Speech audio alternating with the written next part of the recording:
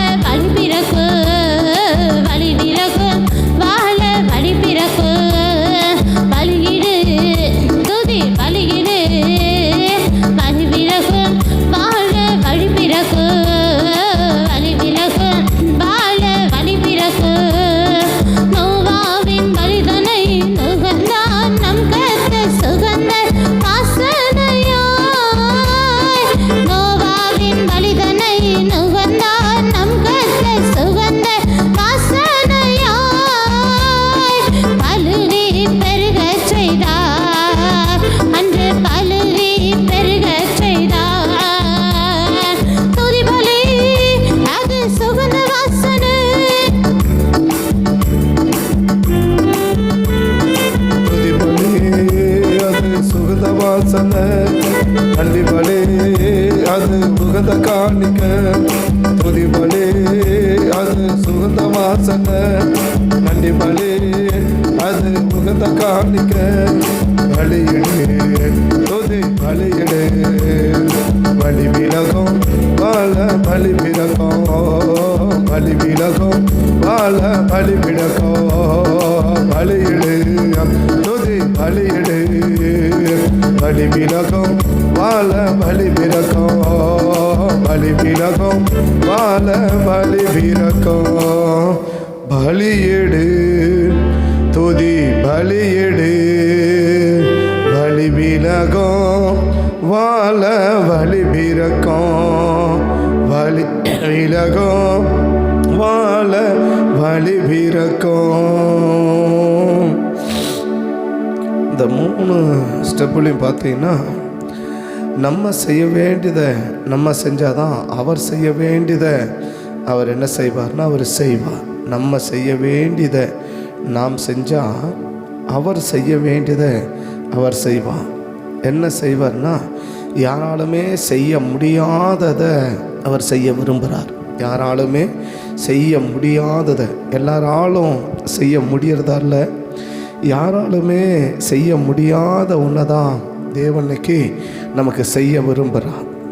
யாராலுமே செய்ய முடியாத ஒன்று, அப்போ அது யாருமே செய்ய முடியாது. ஆனால் அப்படிப்பட்ட ஒரு காரியத்தை ஆண்டவர் நமக்கு செய்யணும் அப்படின்னா நம்ம தேவ சமூகத்தில் ஒரு பொருத்தனையோடு நிற்கணும். பொருத்தனை அப்படின்னா ஏதோ காசு கொடுக்குறேன், பொருள் கொடுக்குறேன், அது மாத்திரம் பொருத்தனை இல்லை. இன்றைக்கி ஆண்டவர் நீங்கள் சொல்கிறத நான் அப்படியே செய்வேன் அப்படின்ற ஒரு பொருத்தனை, அப்படின்ற ஒரு ஆழமான அர்ப்பணிப்பு இன்றைக்கி நம்முடைய வாழ்க்கையில் இருக்கமானால் யாருமே செய்ய முடியாததை இன்றைக்கி தேவன் என்ன செய்வார்னா நமக்கு செய்ய விரும்புகிறார். யாருமே செய்ய முடியாததை அதை செய்யணுன்றது கர்த்தர் எதிர்பார்க்கறது. அவர் சொல்கிறத நம்ம செஞ்சுட்டா போதும். வேறு ஒன்றும் நம்மகிட்ட தேவன் என்ன செய்யலைன்னா எதிர்பார்க்கறதில்ல. அவர் என்ன சொல்கிறாரோ அதை மாத்திரம் நாம் செஞ்சிட்டோன்னா யாருமே செய்ய முடியாததை, இல்லை யாருக்குமே செய்யாததை நமக்கு தேவன் செய்வதற்கு கர்த்தர் ஆயத்தமாக இருக்கார். யாருமே செய்ய முடியாது. இப்போ யோனா மீனின் வயிற்றுக்குள்ளே இருக்கிறார். அவரை உயிரோட யாருமே காப்பாற்ற முடியாது.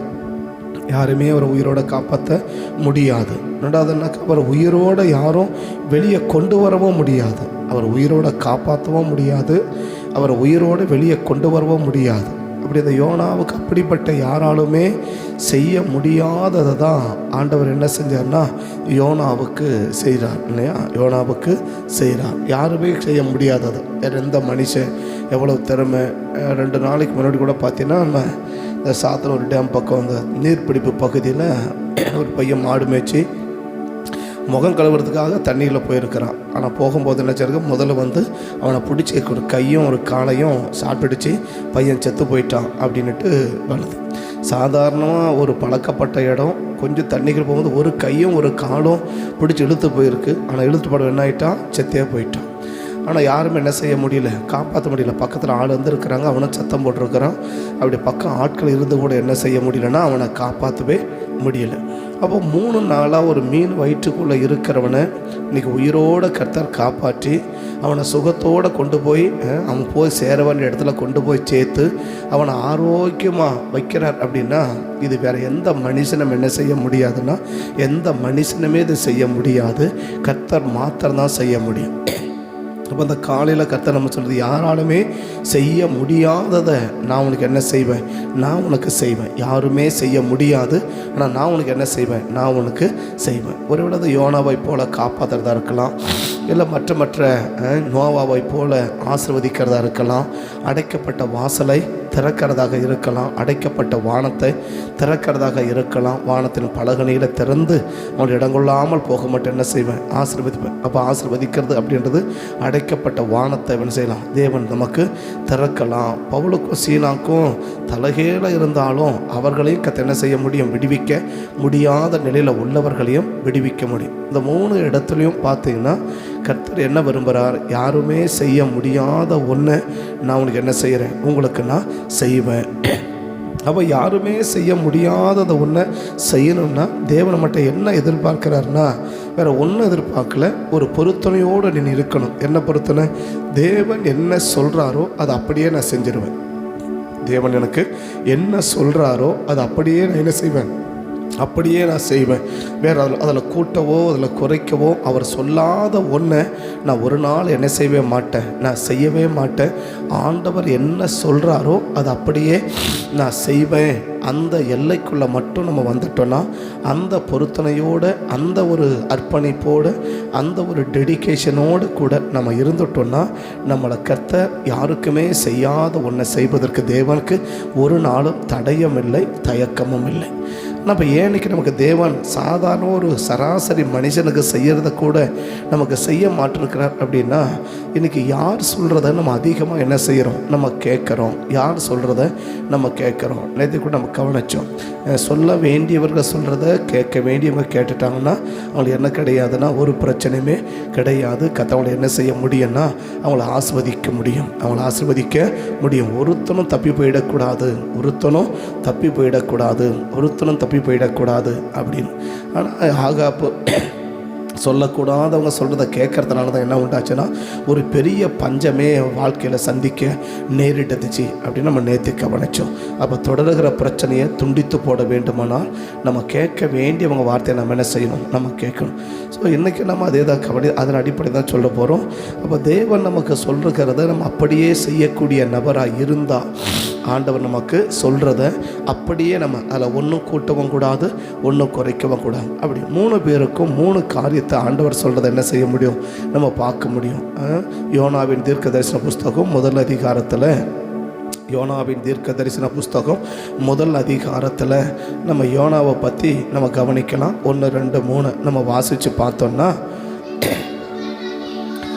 அமித்தாயின் குமாரனாகிய யோனாவுக்கு கர்த்தருடைய வார்த்தை உண்டாகி அவர், நீ எழுந்து மகா நகரமாகிய நினிவேக்கு போய் அதற்கு விரோதமாக பிரசங்கி, அவர்களுடைய அக்கிரமம் என் சமூகத்தில் வந்து எட்டினது என்றார். அப்பொழுது யோனா கர்த்தருடைய சமூகத்திலிருந்து விலகி, அப்போது எங்கே போக சொல்கிறாரோ அங்கே என்ன செய்ய விருப்பம்னா போகிறதுக்கு யோனாவுக்கு விருப்பம் இல்லை. ஏன்னைக்கு சாதாரணமாக ஒரு மனுஷனுக்கு செய்கிறத கூட இன்றைக்கி நமக்கு ஆண்டவர் செய்ய மாட்டிருக்கிறார். ஒரு சராசரி மனுஷனுக்கு செய்கிறத கூட ஏன் கர்த்தர் நமக்கு செய்ய மாட்டிருக்கிறார்னா, அவர் சொல்கிறது ஒன்றா இருக்குது, நம்ம செய்கிறது ஒன்றா இருக்குது.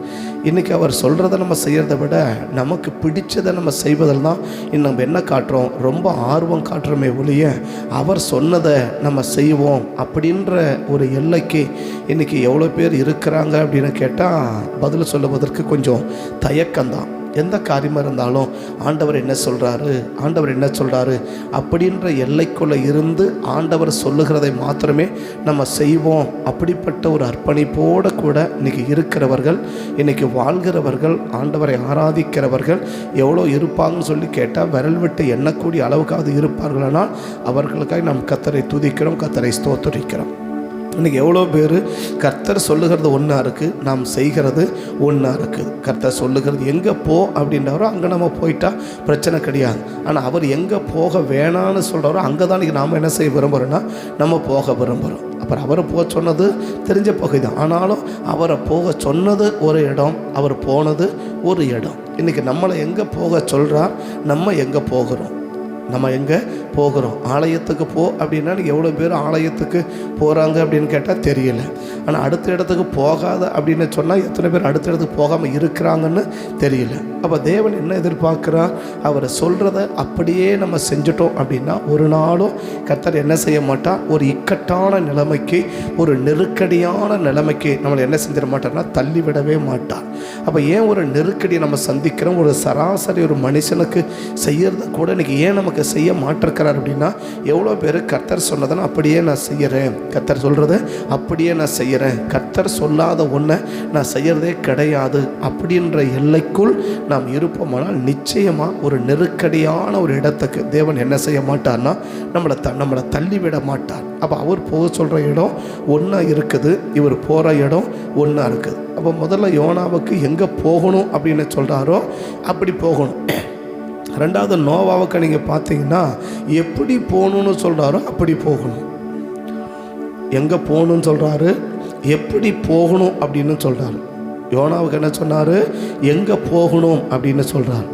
நோவாவுக்கு எப்படி போகணும்னு சொல்கிறார், எப்படி போகணும் அப்படின்னு சொல்கிறார். அந்த ஆதியாகமம் 8ஆம் அதிகாரம் 15-16 நீங்கள் பார்த்தீங்கன்னா, ஆதியாகமம் 8ஆம் அதிகாரம் 15-16 நீங்கள் பார்த்தீங்கன்னா, அப்பொழுது தேவன் நோவாவை நோக்கி, நீயும் உன்னோட கூட உன் மனைவியும் உன் குமாரரும் உன் குமாரரின் மனைவிகளும் பேழை விட்டு புறப்படுங்கள் அப்படின்றார். அடுத்த சொல்கிற வாசிக்கலாம். ஜந்துக்களாகிய பறவைகளையும் மிருகங்களையும் சகல பிராணிகளையும் உன்னோட வெளியே வரவிடு. அவைகள் பூமியிலே திரளாய் வர்த்தித்து பூமியின் மேல் பழுகி பெருக கடவது என்றார். அப்பொழுது நோவாவும் அவனுடைய குமாரரும், அவர் சொன்னார் எப்படி போகணுன்னு சொன்னார். முதல்ல யோனாவுக்கு எங்கே போகணுன்னு சொன்னார், ஆனால் நோவாவுக்கு எப்படி போகணுன்னு சொல்கிறார். முதல்லையும் சொல்கிறாரு, அந்த 6ஆம் அதிகாரத்துலேயும் ஆண்டவர் சொல்லுவார் நோவாவா எப்படி போகணும் அப்படின்னு. 6ஆம் அதிகாரத்துலேயும் ஆண்டவர் சொல்லுவார். என்ன சொல்லுவார்? 6ஆம் அதிகாரத்தில் நீங்கள் பார்த்தீங்கன்னா 13-14 நினைக்கிறேன், 18. ஆனாலும் உன்னுடனே என் உடன்படிக்கையை ஏற்படுத்துவேன். நீயும் உன்னோட கூட உன் குமாரரும் உன் மனைவியும் உன் குமாரரின் மனைவியும் பேழைக்குள் பிரவேசம். முதல்ல சொல்கிறார் எப்படி போகணுன்னு சொல்கிறார். ரெண்டாவதும் சொல்கிறாரு எப்படி போகணும்னு சொல்கிறார். இன்றைக்கி தேவனுடைய வார்த்தையை குறித்து அநேகருக்கு உதாசனம் இருக்கிறதுனால, இல்லை கேர்லெஸ்ஸாக இருக்கிறதுனால ஒரு நாளும் தேவன் என்ன செய்ய முடியாதுன்னா, அடைக்கப்பட்ட வாசலை நமக்கு திறக்கவே முடியாது, இல்லை அடைக்கப்பட்ட வானத்தை தேவன் திறக்க முடியாது. உலகத்தில் இருக்கிற வாசலை வேணால் யாராவது திறக்கலாம், ஆனால் அடைக்கப்பட்ட வானத்தை என்ன செய்ய முடியாதுன்னா ஒரு நாள் ஆண்டவர் திறக்க மாட்டார். யாருமே செய்யாத ஒன்று, அடைக்கப்பட்ட வானத்தை யாரும் திறக்க முடியாது. ஏன்னா அந்த அடைக்கப்பட்ட வானம்னு சொல்லும்போது 9ஆம் அதிகாரத்தில் நோவாவையும் அவன் குடும்பத்தையும் தேவன் ஆசீர்வதிக்கிறார். இந்த ஆசீர்வாதத்தை எங்கே சொல்ல முடியும்? மல்கியா 3:10 நம்ம வாசித்து பார்த்தோன்னா, மல்கியா 3:10 வாசித்து பார்த்தோன்னா, மல்கியா 3:10 நம்ம வாசிச்சோன்னா, என் ஆலயத்தில் ஆகாரம் உண்டாயிருக்கும்படி எல்லாம் கொண்டு வாருங்கள், அப்பொழுது நான் வானத்தின் பலகணிகளை திறந்து உங்களை ஆசீர்வதிப்பேனோ என்று நான் சோதித்தேன். அப்போ அந்த ஆசீர்வாதம் எங்கேருந்து வருது அப்படின்னா, அடைக்கப்பட்ட வானம் திறந்தால் தான் என்ன செய்ய முடியும்னா ஆசீர்வதிக்க முடியும். அப்போ அடைக்கப்பட்ட வானத்தை கர்த்தர் எந்த மனுஷனும் திறக்க முடியாது. எவ்வளோ பெரிய திறமசாலியும் திறக்க முடியாது, எவ்வளோ பெரிய அறிவாளியும் திறக்க முடியாது, எவ்வளோ பெரிய பலசாலி என்ன செய்ய முடியாது, வானத்தை யாரும் திறக்க முடியாது. அப்படி அடைக்கப்பட்ட வானத்தை திறந்து உங்களை ஆசீர்வதிக்கணும் அப்படின்னு சொன்னால், உனக்கு என்ன சொல்கிறாரு, எங்கே போகணுன்னாரு, அப்படி அங்கே போகணும் அவர்.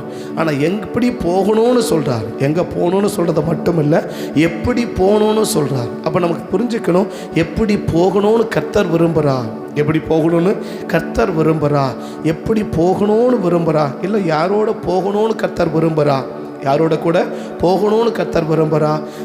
நியாயாதிபதிகள் 7ஆம் அதிகாரத்தில், நியாயாதிபதிகள் 7ஆம் அதிகாரம் 5வது வசனத்துலேருந்து பார்த்தீங்கன்னா, அப்படியே அவன் அப்பொழுது கர்த்தர் கிதியோனை நோக்கி, தண்ணீரை இல்லை, நான் குறிக்கிறவன் எவனோ உன்னோடு கூட நான் குறிக்கிறவன் எவனோ. கர்த்தர் கிதியோனை நோக்கி, ஜனங்கள் இன்னும் அதிகம், அவர்கள் தண்ணீர் அண்டைக்கு இறங்கி போக பண்ணுவாயாக, அங்கே அவர்களை பரீட்சித்து காட்டுவேன், உன்னோட கூட வரலாம் என்று நான் யாரை குறிக்கிறேனோ அவர்கள் தான் உங்களோட வரணும். உனக்கு பிடிச்சவங்க வரக்கூடாது, நான் குறித்தவங்க தான் என்ன செய்யணும், வரணும். இவன் நோவாவுக்கு குறிக்கிறார். நோவா, உனக்கு பிடிச்சவங்களோடு என்ன செய்யக்கூடாது, நீ போகக்கூடாது.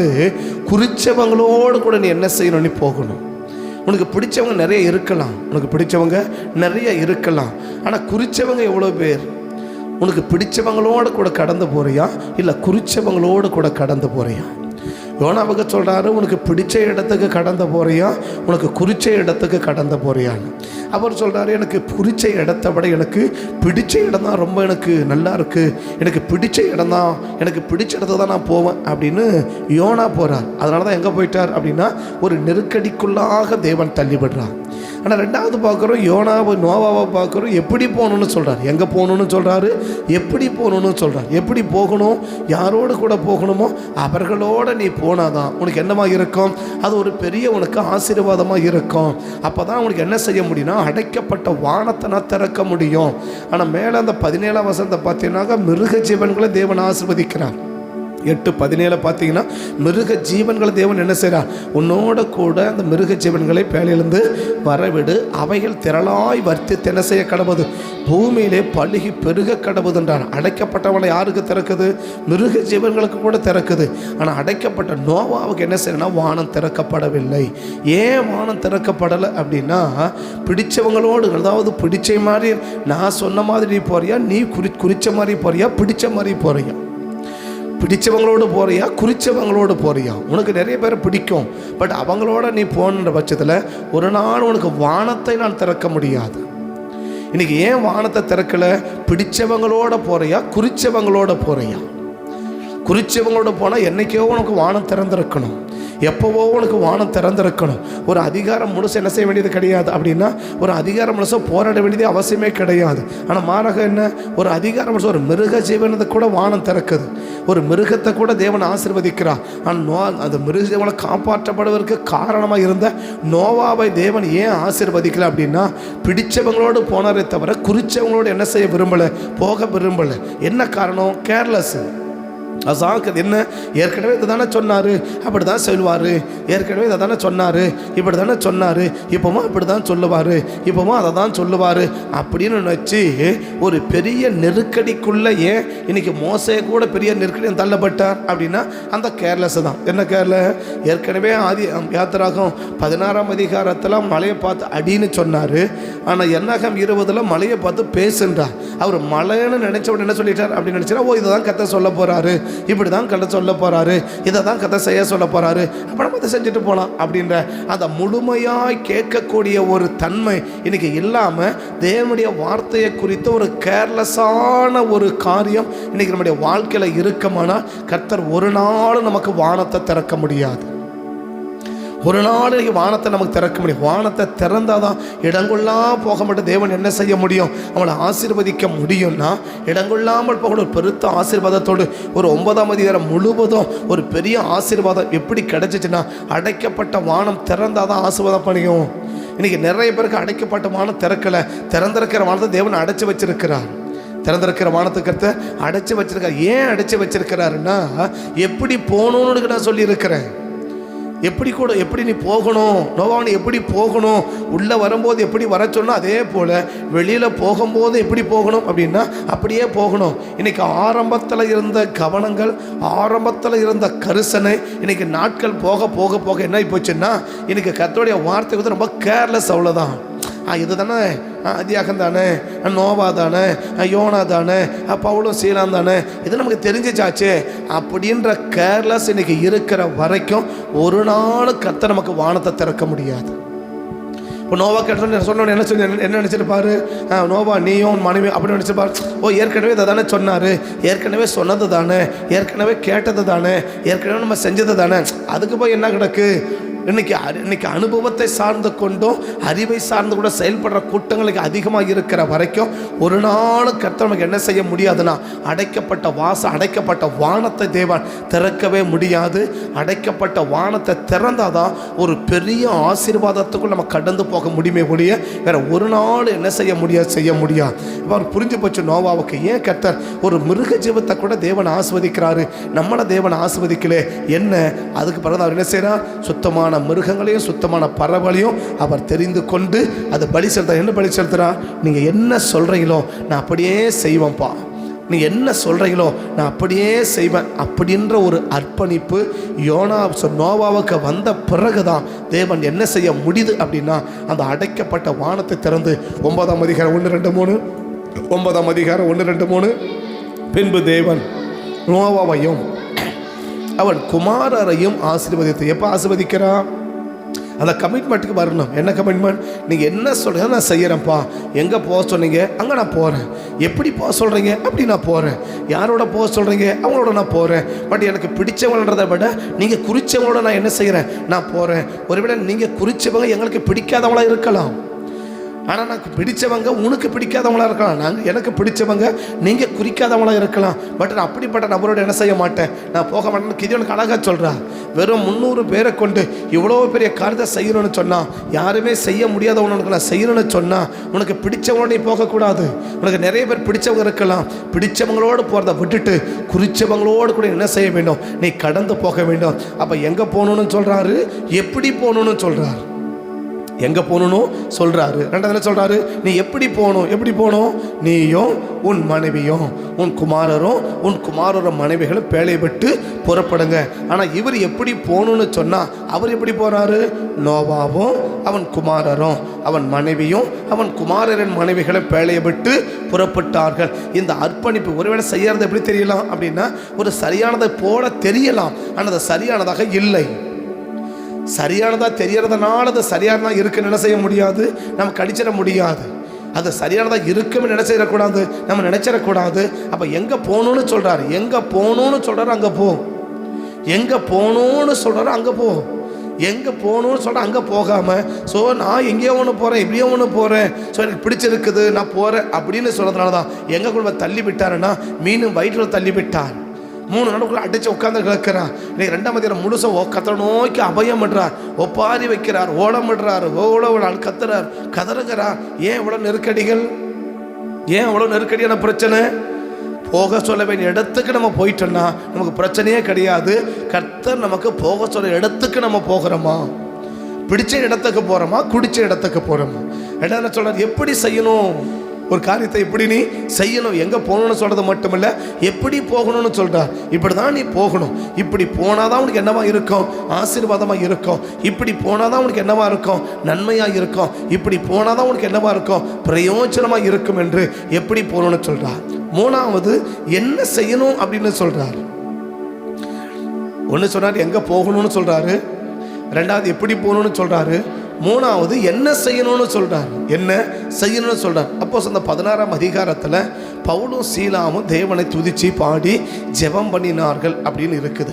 ஒருவேளை ஆண்டவர் அவங்களுக்கு அது சொன்னதை போல என்ன செய்யப்படவில்லை, எழுதப்பட. பவுல் நீ என்ன செய்யணும், நீ ஜெபம் பண்ணணும், நைட்டு 12 மணிக்கு என்ன செய்யணும், நீ ஜெபம் பண்ணணும், 1 மணிக்கு என்ன செய்யணும், நீ ஜெபம் பண்ணணும் அப்படின்னு சொல்லி ஆண்டவர் சொன்னதை போல தெரியாமல் எழுதப்படாமல் இருக்கலாம். ஆனால் தேவனுடைய விருப்பம் என்னன்னு சொன்னால், ஸோ இவங்களை எப்படி இருக்கிறாங்க, கட்டப்பட்ட நிலைமையில் இருக்கிறாங்க. இவங்க எப்படி இருக்கிறாங்க, தலைகளை தொங்கின்னு இருக்கிறாங்க. இவங்க நிலைமையை படு மோசமாக இருக்குது. உடம்பெல்லாம் காயங்கள், உடம்பெல்லாம் காயம், உடம்பெல்லாம் ரத்த காயம். அவ்வளவுப்பட்ட நிலைமையில் இருக்கிறவங்கள என்ன செய்யணும்னு கர்த்தர் எதிர்பார்க்கிறார் பாருங்க. அடைக்கப்பட்டிருக்கிறாங்க, அடிக்கப்பட்டிருக்கிறாங்க, ரத்த காயங்களோடு கூட இருக்கிறாங்க, நடு இரவு தலைகளை தொங்கிட்டு இருக்கிறாங்க. அப்படிப்பட்டவங்களை என்ன செய்யணும்னு தேவன் என்ன செய்கிறார், விரும்புகிறார். நீ என்ன செய்யணும், நீ என்ன செய்யணும் அப்படின்னா, உன்னால் முடியாத நிலைமையில் இருக்கும்போது கூட என்ன செய்யணும் விரும்புகிறா, நீ ஜெபிக்கணும்னு கர்த்தர் விரும்புகிறார். வாசிக்கிற அந்த வசனத்தை வாசிக்கல் 16ஆம் அதிகாரத்தில் இல்லை, அதுக்கு முடிக்கிற வசனமும் அவங்கள அநேக அடி அடித்து, அநேக அடி, 1 அடி 2 அடியில் அநேக அடி அடித்த பின்பு சிறைச்சாலையிலே வைத்து பத்திரமாய் காக்கும்படி சிறைச்சாலைக்காரனுக்கு கட்டளையிட்டு இருந்தார்கள். அவன் அப்படிப்பட்ட கட்டளையை பெற்று அவனை உட்காவலறையிலே அடைத்து அவர்கள் கால்களை தொழுவ மரத்திலே மாட்டி வைத்திருந்தார்கள். நடு ராத்திரியிலே பவுலும் சீலாவும் ஜெபம் பண்ணி, அப்ப தேவன் என்ன எப்போ எதிர்பார்க்கிறான், ஒரு நடு ராத்திரியில நீ என்ன செய்யணும், நீ என்ன செய்யணும்னு கர்த்தர் விரும்புகிறார். எங்க போகணும்னு சொன்னாரு, எப்படி போகணும்னு சொல்றாரு, என்ன செய்யணும்னு சொல்றாரு. எங்க போகணும்னு சொன்னாரு, எங்கே போகணும்? நீ நேராக நினிவேக்கு போகணும். ஆனால் தலைவர் வேற இடம் போயிட்டார். ரெண்டாவது சொல்கிறா நீ எப்படி போகணும், எப்படி போகணுன்றதை என்ன சொல்கிற, யாரோட கூட போகணும். மூணு என்ன நினைக்கிறா, நீ என்ன செய்யணும், என்ன செய்யணுன்றது ஒருவேளை சொல்லப்பட்டதை போல தெரியாமல் இருக்கலாம், சொல்லப்பட்டபடி எழுதாமல் இருக்கலாம். ஆனால் அந்த ஜெபத்துக்கு பிறகுதான் என்ன செய்ய முடியுதுன்னா, எல்லாருடைய கட்டுகள் என்ன செய்யுது, கலருது, எல்லா கட்டுகளும் உடைக்கப்படுது. ஒரு பெரிய விடுதலையை தேவன் கொடுக்குறாருன்னா, அப்போ தேவன் அங்கே என்ன எதிர்பார்த்துருக்கிறான், என்ன செய்யணும்னு எதிர்பார்க்குறான். எந்த நிலைமையில? அநேக அடி அடித்த பிறகு, அநேக அதை இப்படி சொல்லணும்னு சொன்னால், நம்மளால் முடியாத நிலைமையில இருக்கும்போது ஜோமனை சொன்னால் எவ்வளோ பேர் ஜோமனமோ, நடு ராத்திரியில் ஒருவேளை காலையிலேருந்து நமக்கு என்ன இருக்கலாம் அப்படின்னா, கொஞ்சம் டயர்டாக, கொஞ்சம் ஹார்ட் ஒர்க் பண்ணியிருக்கலாம், கொஞ்சம் கடினமாக உழைச்சிருக்கலாம்.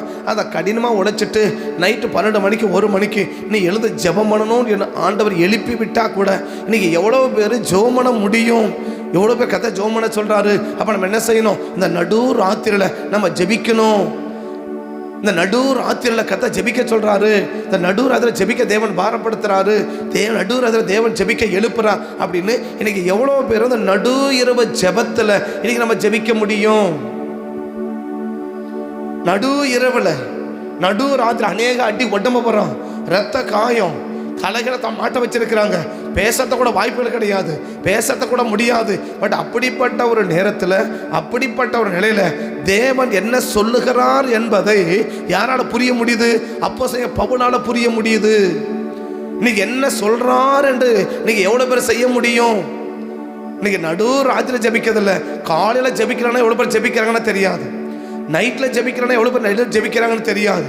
ஒரு 10 மணிக்கு ஜோமன் அப்படின்னா எவ்வளோ பேர் ஜெபிக்க கர்த்தர் பாரப்படாமல் ஜெபிக்கிறாங்கன்னு தெரியாது. அப்படி நம்ம என்ன விரும்புகிறோம் அப்படின்னா, நமக்கு பிடிச்சதை நம்ம செய்ய விரும்புகிறோமே ஒழிய நமக்கு குறிச்சதை செய்வதற்கு அநேகருக்கு விருப்பம் இல்லை. பிடிச்சதை செய்வதற்கு விருப்பம் இருக்கு. நடு ராத்திரி ஜெபம் பண்ணணும், தூக்கத்தை கலைக்கணும் அப்படின்னா எவ்வளோ பேர் தூக்கத்தை விட்டு கலைச்செழும்ப முடியும்? நம்மளால் முடியாத நேரத்திலும் கூட, நம்மளால் டயர்டாக இருக்க, ரொம்ப டயர்டாக இருக்கிறோம், ரொம்ப களைப்பாக இருக்கிறோம், அந்த நேரத்திலையும் கூட கர்த்தர் ஜெபிக்க சொல்கிறாரு. அப்போ அந்த நேரத்தில் தேவன் என்ன செய்ய விரும்புகிறாரு? சாதாரணமாக இருக்கும்போது ஜெபிக்க சொல்லலை. பவுலும் சீலாவும் இந்த அப்போஸ்தலர் 16ஆம் அதிகாரத்தில் நடுராத்திரியில் ஜெபிச்சாங்கன்னு சொல்லப்பட்டது. வேற எந்த இடத்திலும் நடுராத்திரியில் பவுலும் சீலாவும் ஜெபிச்சாங்கன்னு சொல்லப்படவே இல்லை. மாறாக என்ன சொல்லப்படுது, அவங்க சாயங்காலம் வழக்கமாக ஜெபம் பண்ணுற இடத்துக்கு போவார்கள் அப்படின்னு தான் அதுக்கு மேலே இருக்கிற வசனம் சொல்லுது இல்லையா? அந்த அப்போஸ்தலர் 16 மேலே என்ன சொல்லுது அப்படின்னா, அவங்க வழக்கமாக ஜெபம் பண்ணுற இடத்துக்கு என்ன செய்வாங்க, பவுலும் மேலே இருக்கிற இடத்துல பார்த்தீங்கன்னா அவங்க வழக்கமாக ஜெபம் பண்ணுற இடத்துக்கு போகையில் குறி சொல்லுகிற ஆவியை கொண்ட ஒரு பெண் அவளுக்கு எதிர்கொண்டு என்ன செய்கிறான், இவர்கள் தேவனுடைய உன்னதமானது எப்போ போகிறாங்க அப்படின்னா சாயங்காலம் போகிறாங்க. அப்போ இது வரைக்கும் பவுலும் சில எப்படி ஜெபிச்சிருக்கிறாங்க, இவன் சாயங்காலம் போகிறாங்க, சாயங்காலம் அடித்தாங்க, அவங்கள பிடிச்சாங்க, போட்டாங்க, சிறைச்சாலைகளை போட்டாங்க. சிறைச்சாலை போடும்போது டைம் எவ்வளவு, இரவு, நடு ராத்திரியில் ஜெபம் பண்ணுறாங்க. அப்படின்னு அவங்க எப்போ போயிருக்கணும், புரித சொல்கிறது, எப்போ போயிருக்கணும்? வழக்கமாக அவங்க ஜெபம் பண்ணுறது ஒரு நேரம் இருக்குது. எப்போ? ஆட்சி நெருக்கி வழக்கமாக ஜெபம் பண்ணுகிற இடத்தில் உட்கார்ந்து உபதேசித்தோம். அப்படி தொடர்ந்து வாசி. அப்பொழுது அடுத்த வசனம் அடுத்த வசனம், நாங்கள் ஜெபம் பண்ணுகிற இடத்துக்கு போகையில், எப்போ போகிறாங்க, இவங்க போகிற நேரம் சாயங்காலமாக இருக்கணும். பவுலும் சீலாவும் போகிற இடம் ஒன்று சாயங்கால நேரமாக இருக்கணும். ஏன்னு சொன்னால் நைட்டு பிடிச்சி அடித்தவங்க என்ன செய்கிறாங்க, சிறைச்சாலைக்குள்ளே போடுறாங்க. நைட்டு 12 மணிக்கு என்ன செய்கிறாங்க, அவங்க ஜெபம் பண்ணுறாங்க. அப்படி அவங்க பிடிக்கிற நேரம் எப்போ இருக்கணும், ஜெபம் பண்ணுற இடம் சாயங்காலமாக இருக்கணும். இதுவரைக்கும் அவங்க எப்போ ஜெபம் பண்ணுறது நேரம், சாயங்காலம் ஜெபம் இல்லையா? இது வரைக்கும் அவங்க எப்போ ஜெபம் பண்ணுறாங்க, சாயங்காலமாக ஜெபிக்கிறாங்க. இன்றைக்கி எவ்வளோ பேர் சாயங்காலம் ஜெபிக்கிற அந்த அந்த வழக்கமான ஜெபத்தையாவது செய்கிறாங்கன்னு கேட்டால் எவ்வளோ பேர் ஆமான்னு சொல்லுவாங்கன்னு தெரியாது. சாயங்காலமாக ஜெபிக்க பவுல் சொல்கிறாரு, நாங்கள் வழக்கமாக சாயங்காலம் ஜெபிக்கிற ஜெபத்துக்கு என்ன செய்கிறோம், நாங்கள் போய் ஜெபம் பண்ணுறோம் அப்படின்னு சொல்கிறாரு. இன்றைக்கி இந்த வழக்கமாக ஜெபிக்கிற ஜெபத்தையாவது இன்றைக்கி எவ்வளோ பேர் ஜெபிக்கிறாங்கன்னு கேட்டால் தெரியல. ஆமாம், நாங்கள் அன்றைக்கி ஆரம்பித்தது இன்றைக்கி வரைக்கும் நாங்கள் என்ன செய்யணுக்கிறோம், அந்த சாயங்கால ஜெபத்தை நாங்கள் கண்டினியூவாக பண்ணிகிட்டே இருக்கிறோம், நாங்கள் கண்டினியூவாக ஜெபிச்சுட்டே இருக்கிறோம் அப்படின்னு சொல்கிறாங்கன்னு சொல்லி தெரியாது. ஆனால் பவுல் சில வேணா அவங்க ஜெபிக்கிற நேரம் எவ்வளவு? சாயங்காலம் போனாங்க, ஜெபம் பண்ணி முடிச்சுட்டாங்க, வேலை முடிஞ்சு போச்சு. ஆனால் அப்போ தேவன் என்ன விரும்புகிறாரு? நீ சாயங்காலம் ஜெபிக்கிற ஜெபம் ஒரு பக்கம் ஜெபிச்சிருந்தாலும் நீ எப்போ ஜெபிக்கணும் விரும்புகிறாரு? இரவுல, நடு இரவுல நீ ஜெபிக்கணும்னு கர்த்தர் விரும்பும் போது அந்த விருப்பத்துக்கு மாறாக அவன் ஒன்றும் செய்யாமல் தான் விருப்பப்படி செய்யாமல் எனக்கு என்ன சொல்லப்பட்டதோ அப்படியே செய்வதற்கு அர்ப்பணிக்கப்பட்டவதான் பவுலும் சீலாவும். அதனால தான் யாருமே செய்ய முடியாத ஒன்று யார் செய்கிறான்னா தேவன் பவுலுக்கு சீலாவுக்கு தேவன் செய்கிறார். இன்னைக்கு பவுலுக்கு சீலாவுக்கு ஏன் யாருக்குமே செய்யாத ஒன்றை செய்கிறார்? ஏன் செய்கிறார்? வழக்கமான ஜெபிக்கிறது மட்டும் இல்லை, அப்போ வழக்கமான ஜெபத்தையும் அவங்க ஜெபிக்கிறாங்க. மாறாக என்ன? தேவன் விரும்புகிற நேரத்திலும் அவங்க ஜெபிக்கிறாங்க. வழக்கமாக ஜெபிக்கிற நேரம் எவ்வளவு? சாயங்காலம் இல்லையா? வழக்கமாக அவங்க ஜெபிக்கிற எவ்வளவு? சாயங்காலம். அப்போ சாயங்காலம் என்ன செய்கிறாங்க?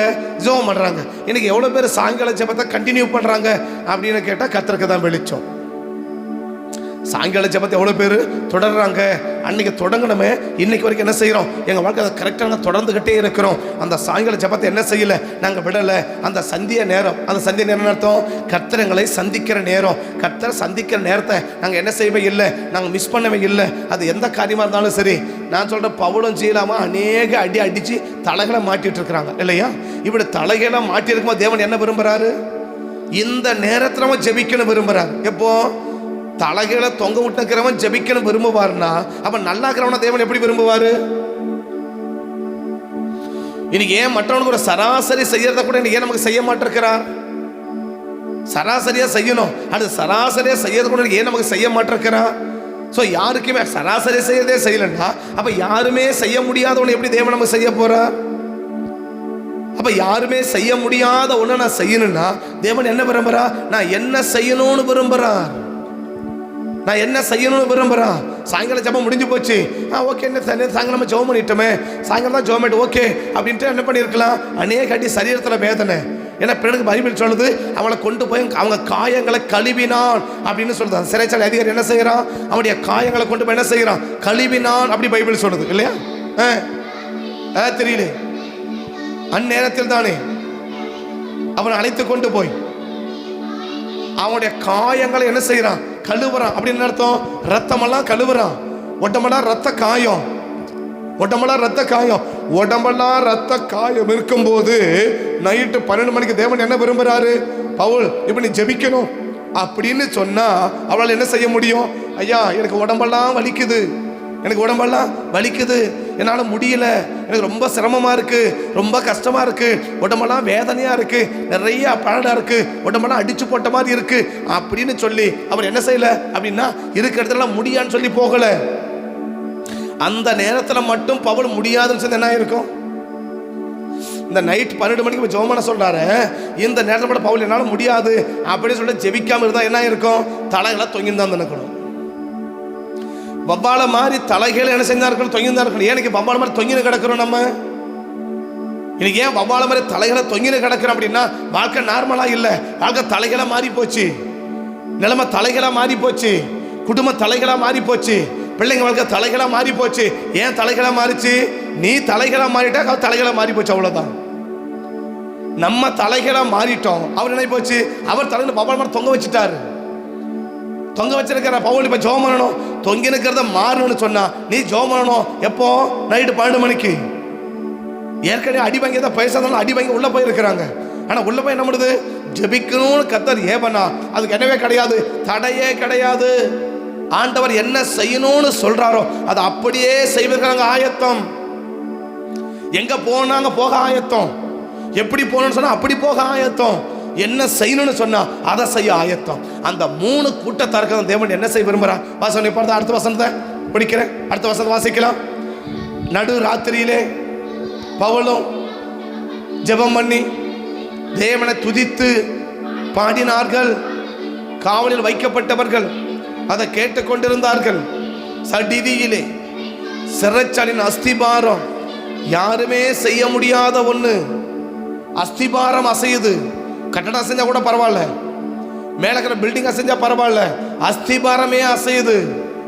பேஸே அசைஞ்சிருச்சு, பேஸே அசை தரமட்டமாகி போச்சு. யாருமே செய்ய முடியாததை யாருக்கு தேவன் செய்ய விரும்புறா? நான் என்ன செய்யணும்னு விரும்புகிறனோ, நான் என்ன செய்யணும்னு சொல்கிறனோ அதை செய்கிறவனுக்கு தான் தேவன் என்ன செய்ய விரும்புகிறார்னா, யாருமே செய்ய முடியாத ஒன்றை தேவன் அவர்களுக்கு செய்ய விரும்புகிறார். உன்னை யாருக்கு என்ன செய்ய விரும்புகிறார்? எங்கே போகணும்னு சொல்கிறாரோ அங்கே போ.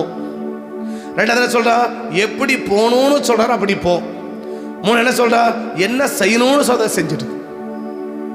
இப்போ எங்கே போகணும்னு சொல்லி மாற்றி போகும்போது தான் எங்கே பண்ணிக்கிறாரு? மீன் வயிற்றுல பண்ணிக்கிறார். எப்படி போகணும்னு சொல்லும் போது அப்படி போகும்போது தான் திறக்கப்பட்ட வானத்தை தேவன் அடைச்சி வச்சார். என்ன செய்யணும்னு சொல்லும் போது செய்யும் போது தான் கதை என்ன செய்யுது? அந்த அடைக்கப்பட்ட வாசல் கதவுகளுக்கு சிறைச்சா அஸ்திபாரங்கள் அசையுது, சிறைச்சாலை கதவுகள் திறக்குது. இன்னைக்கு உங்களுக்கு எனக்கு தேவன் யாருமே செய்ய முடியாதவைகளை தேவன் நமக்கு செய்யணும்னா கர்த்தர் நமக்கு என்ன சொல், இன்னைக்கு ஒரு கமிட்மெண்ட் என்ன வேணும்? நீங்கள் என்ன சொல்கிறீங்களோ அதை அப்படியே செய்கிறேன். நடு ராத்திரி ஜெபம் பண்ண சொன்னால் நடு ராத்திரி ஜெபம் பண்ணுறேன். சாயங்காலம் ஜெபம் பண்ண சொன்னால் சாயங்காலம் ஜெபம் பண்ணுறேன். இப்போ ஆபிரகாம் எப்போ ஜெபம் பண்ண சொன்னார்? ஆதியாகமம் 18ஆம் அதிகாரத்தில் ஆபிரகாமுக்கு ஆண்டு எப்போ ஜெபம் பண்ண சொன்னார்? சாயங்காலமாக ஜெபம் பண்ண சொல்கிறார் இல்லையா?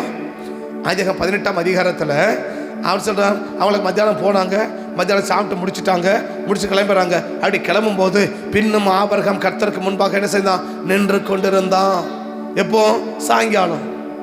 அப்போ சாயங்காலம் ஜெபம் பண்ண சொன்னால் சாயங்காலம் ஜெபம் பண்ணுறேன், நைட்டு ஜெபம் பண்ண சொன்னால் நைட்டு ஜெபம் பண்ணுறேன், விடிகாலம் ஜெபம் பண்ண சொன்னால் விடிகாலம் ஜெபம் பண்ணுறேன். கர்த்தர் எனக்கு எப்போ ஜெபம் பண்ண சொல்கிறாரோ அப்படியே நான் செய்வேன்னு சொல்லி ஒரு அர்ப்பணிப்பு இன்னைக்கு உங்களுக்கு வணக்கம் இருக்குமானால் யாருமே செய்ய முடியாத ஒன்றை கர்த்தர் செய்ய தேவன் ஆயத்தமாக இருக்கிறார். ஆபிரகாமுக்கு சாயங்காலம் ஜெபம் பண்ண ஆபிரகாம் சாயங்காலம் ஜெபம் பண்ணுவான். எப்போ ஜெபம் பண்ணல? மத்தியானம் போய் ஜெபம் பண்ணல. சரி, நேரம் கிடைக்கும் போது ஜெபம் பண்ணலாம், நேரம் கிடைக்கும் போது என்ன பண்ணிடலாம், நம்ம ஜெபிச்சுக்கலாம் அப்படின்னு ஆபிரகாம் என்ன செய்யல? ஒரு நாள் அவர் என்ன செய்யல? அப்படி அவர் சொல்லலை. அப்போ தேவன் என்ன விரும்புகிறா? என்ன செய்ய சொல்கிறா அதை நான் செய்யறேன். எங்கே போக சொல்கிறா அங்கே நான் போகிறேன். எப்படி போக சொல்கிறா அப்படி போகிறேன். என்ன செய்ய சொல்கிறா அப்படி செய்கிறேன். இது மூணிலும் ஒரு சரியான அர்ப்பணிப்பு இன்னைக்கு உங்களுக்கு வணக்கம் இருக்குமானா யாருக்கும் செய்ய முடியாததை தேவன் நமக்கு செய்வதற்கு கர்த்தர் ஆயத்தமாக இருக்கிறார். கண்ணுமடி ஜெபம் பண்ணலாங்களா? கண்ணுமடி ஜெபம் பண்ணுவோமா? கண்ணுமடி ஜெபம் பண்ணுவோமா? துதி பலி செலுத்திட பொருத்தனை செய்ததும் மீனன்று கக்கியது கரையிலே. துதி பலி செலுத்திட பொருத்தனை செய்ததும் மீனன்று கக்கியது கரையிலே.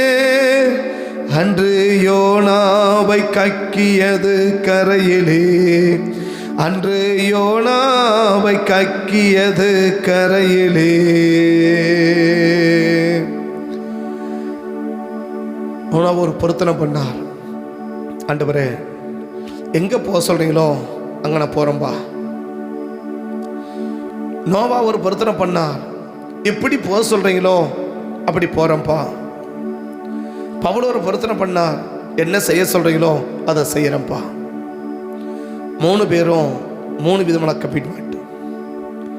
இன்னைக்கு நீங்களும் நானும் அப்படிப்பட்ட ஒரு கமிட்மெண்ட்டோடு கூட தேவ சமூகத்தை விட்டு புறப்படணும்னு கர்த்தர் விரும்புகிறார்.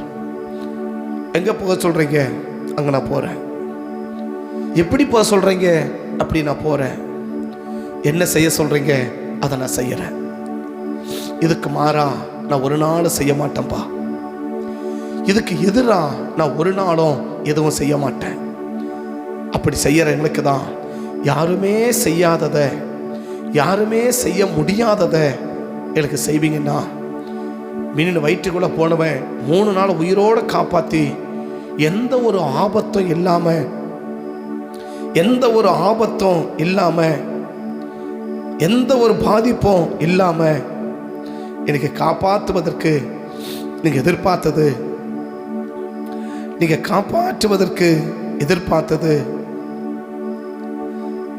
தகப்பனேம துதிக்கிறோம் ஐயா, ஸ்தோத்தரிக்கிறோம். ஒரு சரியான அர்ப்பணிப்புன்னா இன்னைக்கு அந்த அர்ப்பணிப்பை நாங்கள் செய்ய விரும்புகிறோம். எங்கே போக சொன்னீங்களோ அங்கே போனதுனால தான் யோனாவுக்கு திறந்த வாசல் அடைச்சது.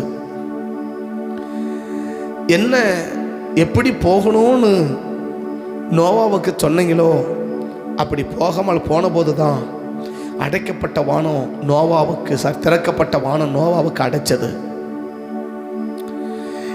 எப்படி என்ன செய்யணும்னு சொல்லி பவுலுக்கும் சீலாவுக்கும் நீங்கள் செய்ய சொன்னது தான் அவங்க வாழ்க்கையில் ஒரு பெரிய ஆசீர்வாதத்தை, அடைச்சிக்கப்பட்ட வாசல் கதவுகளை திறந்துச்சு.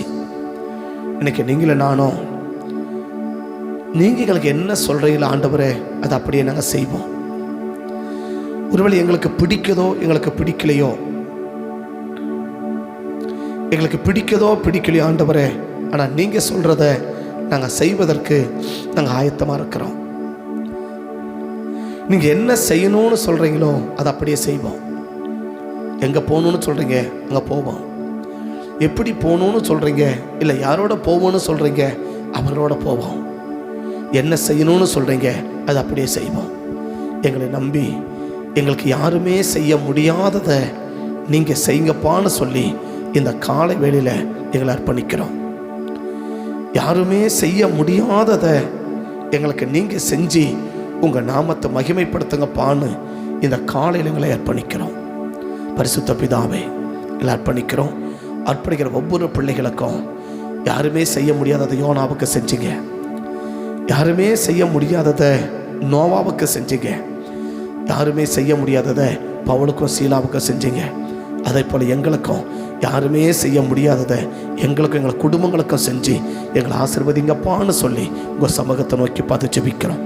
தடைகளை மாற்றோம், நாமத்தை மகிமைப்படுத்தும். தேவக்கரம் மட்டும் எங்கள் கூட இருக்கட்டும். இந்த நாள் முழுவதையும் நீர் எங்களை பொறுப்படுத்து, எங்களை ஆளுகை செய்து எங்களை பாதுகாத்து ஆசீர்வதிக்க வேண்டும் என்று சமூகத்தை நோக்கி பார்த்து ஜெபிக்கிறோம். இந்த நாளுக்கு விரோதமாய் உருவாக்கப்படும் எந்த ஆயுதமோ இயேசுவின் நாமத்தில் வாய்க்காதே போக வேண்டுமா ஜெபிக்கிறோம்.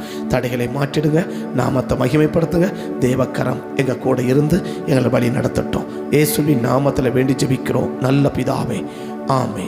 என் ஆத்துமாவை கர்த்தரே ஸ்தோத்திரி, முழுமே பரிசுத்த நாமத்தை ஸ்தோத்திரி. என் ஆத்துமாவை கர்த்தரே ஸ்தோத்திரி, கர்த்தர் செய்த சகல உபகாரங்களை மறவாதே. ஆமே ஆமே. கர்த்தர் ஆஸ்வதிப்பார். ஸ்தோத்திரம் ஸ்தோத்திரம்.